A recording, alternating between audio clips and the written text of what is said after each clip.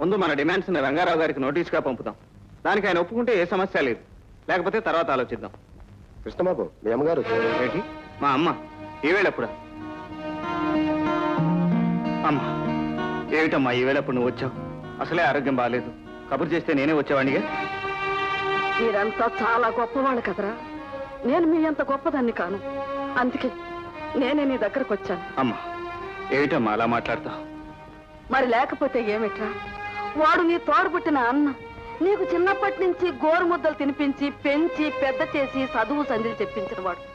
వాడేదో ఆవేశంలో చిన్న దెబ్బ కొట్టాడని నీకెంత అవమానం అయిందా? అందుకోసం నువ్వు ఇల్లు వదిలిపెట్టి వచ్చేస్తావా? ప్రమాణం చేసి చెప్తున్నానమ్మా, అన్నయ్య కొట్టాడన్న కోపంతో ఇల్లు వదిలిపెట్టి రాలేదు. నేను అనుకున్నది సాధించడానికే బయటకు వచ్చాను. బయటకు వచ్చావు కనుకనే ఇంట్లో వాళ్ళు పడే బాధలు నీకు తెలియటం లేదు.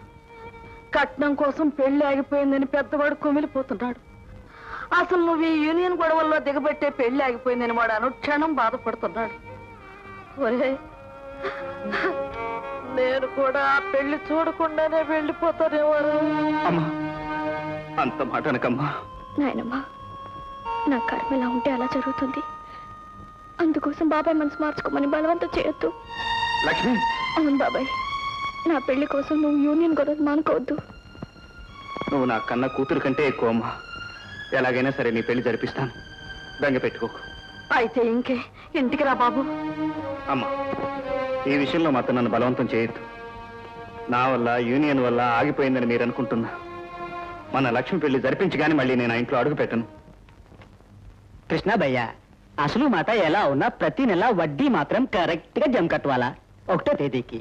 అలాగే సెడ్జీ, కానీ నేను మీ దగ్గర అప్పు తీసుకున్నట్టు మాత్రం మా అన్నయ్యకి కానీ మరెవరికి కానీ తెలియనివ్వకూడదు. అరే, మనం ఎందుకు చెప్తాం బాయ్? అరే, మన మాట అంటే మాటే. ఇదిగో డబ్బు తీసుకోండి, లెక్క చూసుకోండి. రాఘవయ్య గారు, మీరు అడిగిన కట్నం 5,000 తెచ్చాను. ఇక ఆలస్యం చేయకుండా వెంటనే పెళ్లికి ఏర్పాటు చేయాలి. ఏమిటండి ఇది? నాకు మీరు కట్నం ఇస్తున్నారా? నా గురించి, నా ఆశయాల గురించి తెలిసిన మీరు నా పెళ్లి కట్నం ఇస్తున్నారా? అంటే మీరు ఈ వేళని ఏమాత్రం అర్థం చేసుకోలేదన్నమాట. వేణు, ఈనాటి యువతరానికి చెందిన నేను డబ్బు కమ్ముడిపోతానని మీరు అనుకోవడం నిజంగా నా దురదృష్టం. దురాచారాలను దుయ్యబట్టే మనమే ఒకరికి మరొకరు కట్నం ఇవ్వడం చాలా విచారించదగ్గ విషయం. అది కాదు వేణు, మీ అమ్మగారు కట్నం అయిపోతే ఈ పెళ్లి జరగదని ఖచ్చితంగా చెప్పారట. అవునరా, నేను అడిగాను, అతను తెచ్చాడు. మధ్యలో నీ అలా ఏమిటి? అమ్మా, కట్నం కోసం కొడుకును అమ్ముకునే నీలాంటి తల్లి కడుపున పుట్టినందుకు నేను చాలా సిగ్గుపడుతున్నాను. నేనే ఆడపిల్లనయ్యుంటే మీరే కట్నం ఇవ్వాల్సి వస్తే ఆ బాధ ఏమిటో మీకు బాగా అర్థమైంది. అవునరా అబ్బాయి, సరిగ్గా నేను ఆ మాట అందాం అనుకున్నావు, కానీ అనలేకపోయావుగా. కృష్ణ గారు, కడవంత గుమ్మడికాయ కత్తిపీటకు అన్నట్టు చెట్టంతా మా నాన్న తుఫాన్ లాంటి మా అమ్మ ముందు తల ఉంచేస్తాడు. వాళ్ళ గురించి మీరేం పట్టించుకోవద్దు. పైసా కట్నం లేకుండా లక్ష్మి నేను పెళ్లి చేసుకుంటాను. వేణు, నేను పూర్తిగా అర్థం చేసుకోలేకపోయినందుకు విచారపడుతున్నాను.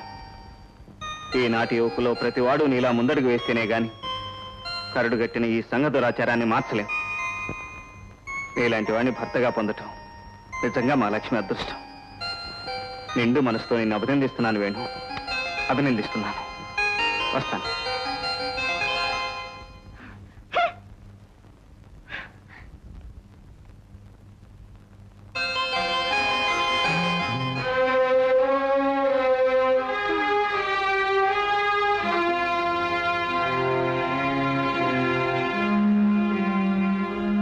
ఎలా ఉందండి? నాకు ఈ ప్రపంచంలో మా అమ్మ తప్ప నాకు ఇంకెవరు లేరు. ఎలా ఉందో చెప్పండి. ఈ రాత్రి గడిస్తేనే కానీ చెప్పలేమమ్మా. తెల్లవారే వరకు స్పృహ ఉంటే ఏం భయం లేదు. మళ్ళీ రేపు వచ్చి చూస్తాను.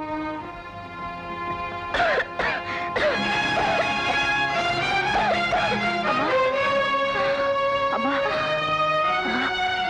తగ్గిపోతుందమ్మా. అమ్మా రాధా, ఈ దురదృష్టవంతురాలు ఎంతో కాలం బతకదమ్మా.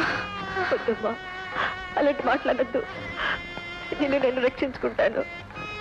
తల్లి, నేను పోతున్నందుకు బాధపడటం లేదమ్మా. ఎందుకో తెలుసా, 20 ఏళ్ల క్రితమే నేను చావడానికి సిద్ధపడ్డాను. ఏమిటో మనమనేది? ఇంతకాలం నా గుండెలోనే దాచుకుని ఎంతో బాధ అనుభవించిన విషయం ఈ ఆఖరి క్షణంలో నీకు చెప్పాలనుకుంటున్నానమ్మా. ఎవరమ్మా? ఈ రోజున కన్న కూతురికి ఏమీ ఇవ్వలేని మీ అమ్మ ఒకప్పుడు ఎంతో ఐశ్వర్యవంతురాలమ్మా. ఆస్తి ఐశ్వర్యం అన్నీ ఉన్న మీ అమ్మను ఆనాడు ఒక మనిషి ప్రేమించాడన్నాడు. ఎన్నో ప్రమాణాలు చేసి నమ్మించాడు. నా మనసు వయసు ఆస్తి అన్నీ అర్పించాను. భగవంతుడు సాక్షిగా దండలు మార్చుకుని భార్యాభర్తలమయ్యా. నాతో అవసరం తీరిపోయాక నన్ను వదిలి వెళ్ళిపోయాడమ్మా. ఆ తర్వాత ఇంట్లో ఉండడానికి ముఖం చెల్లక నేను ఇల్లు వదిలి వచ్చేసానమ్మా. అన్నీ పోగొట్టుకుని నేను ప్రాణం కూడా పోగొట్టుకోవాలనుకున్నాను. కానీ నా కడుపులో నువ్వు ఉన్నట్టు నాకు అర్థమైంది. పెట్టి పుట్టని నేను చావచ్చు, కానీ పుట్టబోయే బిడ్డని నిన్ను చంపే అధికారం నాకు లేదు. అందుకే నిన్ను కన్నాను. నీకోసమే ఇన్నాళ్ళు బ్రతికాను. అమ్మా, నీకు అన్యాయం చేసి అనాథం చేసిన మోసగాడు ఎవరమ్మా? నువ్వెప్పుడు చూసావు? ఎక్కడ కలుసుకున్నావు? ఎవరమ్మా మనిషి? అమ్మా, ఆ పెట్టేది అమ్మా.